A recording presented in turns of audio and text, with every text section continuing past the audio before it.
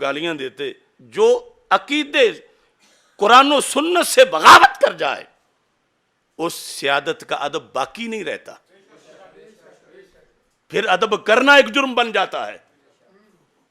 اس پر بھی ہم ایک سیمینار کریں گے پورا، قرآن سے لے کر اعلی حضرت تک. آج یہ اتنی بڑی وارداتیں کر کے پھر لوگوں کو کہتے دیکھو جی ہمارے خلاف بولتے ہیں. تم اپنے کرتوت دیکھو، تم سیادت کی آڑ میں دین لوٹنا چاہتے ہو. تو ہمیں مجدد الفسانی نے بتایا ہے کہ کوئی کتنا بڑا لیبل لگا کے آ جائے، دین کے چوکیدار کا کام دین پہ پہرا دینا ہے. یہ دیکھنا ہے کہ لوٹ کون رہا ہے، اگرچہ لیبل اس نے کوئی لگایا ہوا. استاذ کا ادب ہے، پیر کا ادب ہے، لیکن جب شریعت چھوڑ جائے استاذ، اب تو آپ ایک بندے کو نماز شروع کرائیں، وہ نماز نہیں پڑھتا تھا مثال کے طور پر، آپ اسے نماز کا سبق دیں، وہ نماز یاد کر لے، نماز پڑھنا شروع کر دے، پارسا بن جائے، حاجی بن جائے، تہجد پڑھے.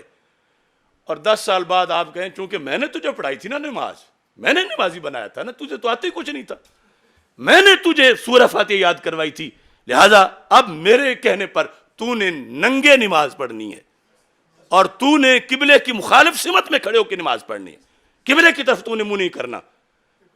اب یہ جو نمازی ہے کیا اب اس کی بات مانے گا؟ اگر اللہ کو منانا چاہتا ہے، اگر اللہ کے رسول علیہ السلام کو منانا چاہتا ہے، اگر جنت جانا چاہتا ہے تو یہ نہیں دیکھے گا یہ کل کا میرا استاذ ہے اور کل کا میرا پیر ہے، بلکہ یہ دیکھے گا کہ آج اس کی صورتحال کیا ہے، کہ یہ نماز میں میرے کپڑے اتروانا چاہتا ہے، یہ قبلے سے میرا منہ ہٹا کے مجھے دوسری طرف پڑھانا چاہتا ہے. اب جو ڈٹ گیا کہ میں کپڑے نہیں اتاروں گا، میں قبلہ نہیں بدلوں گا، یہ ہے وفا شعار. اب اسے کوئی نہ کہے کہ اپنے استاد کی نہیں مان رہا، اپنے پیر کی نہیں مان رہا. یہ استاذ پیر کا مرتبہ قرآن و سنت کے تابع ہے، اور جو ان سے بغاوت کر جائے پھر پیچھے کوئی حیثیت باقی نہیں رہ جاتی. اب یہاں اگلے لفظ اس کے کہتا ہم اہل سنت و جماعت کو اس کی شدید تردید لازم ہے، نہ کہ تائید. اور پھر کہتا ہے کہ یہ جو نکاح ام کلثوم کی تم بات کرتے ہو، کہتا ہے کہ یہ تو ایک عام انسان کے بارے میں ماننا بہت بڑا عیب ہے، تم حضرت عمر رضی اللہ تعالیٰ عنہ کے بارے میں کیسے مان رہے ہو؟ ایک عام انسان کے بارے میں یہ ماننا، ایسی بات اس طرح کرے، یہ تم مولا علی رضی اللہ تعالیٰ عنہ کے بارے میں کیسے مان رہے ہو کہ انہوں نے رشتہ دے دیا؟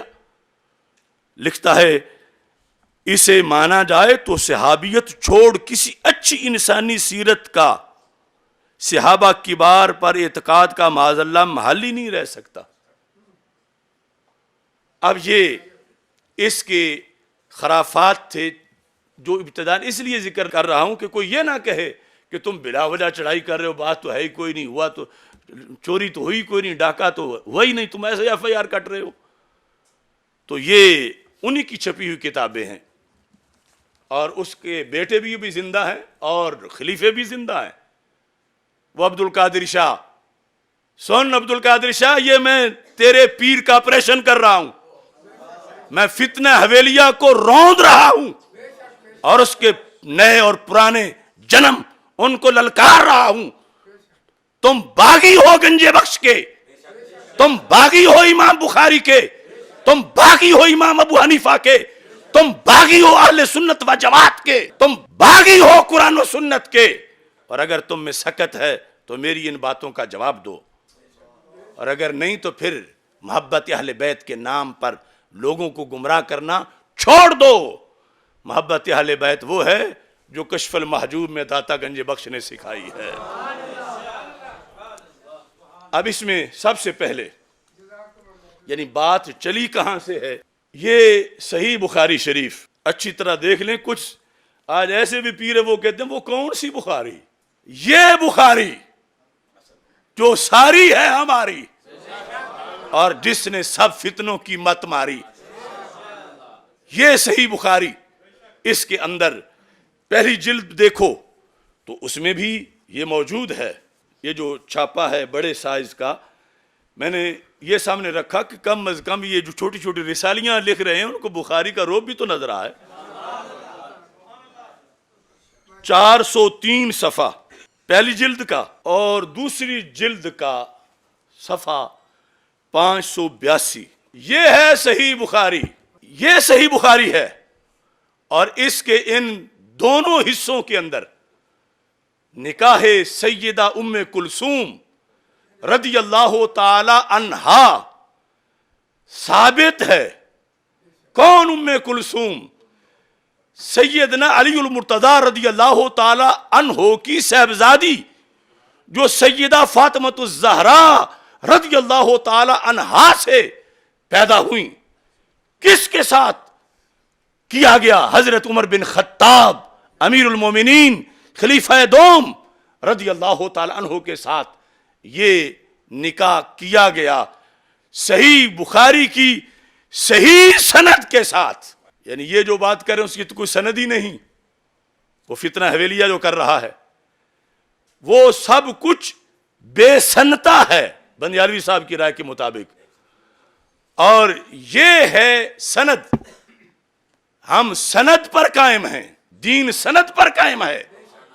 اور بخاری، مسلم، ابن ماجہ، جامع ترمذی، نسائی، میں وعدہ کر چکا ہوں کہ 1000 سے زائد حوالہ دوں گا، یہ کسی کوٹ میں آ جائیں، کسی جگہ آ جائیں۔ کونوا مع الصادقین، اس لیے رب نے فرمایا ہے کہ بڑے چلے بھی جائیں اور چھوٹے چھوٹے چھوٹے ہوں۔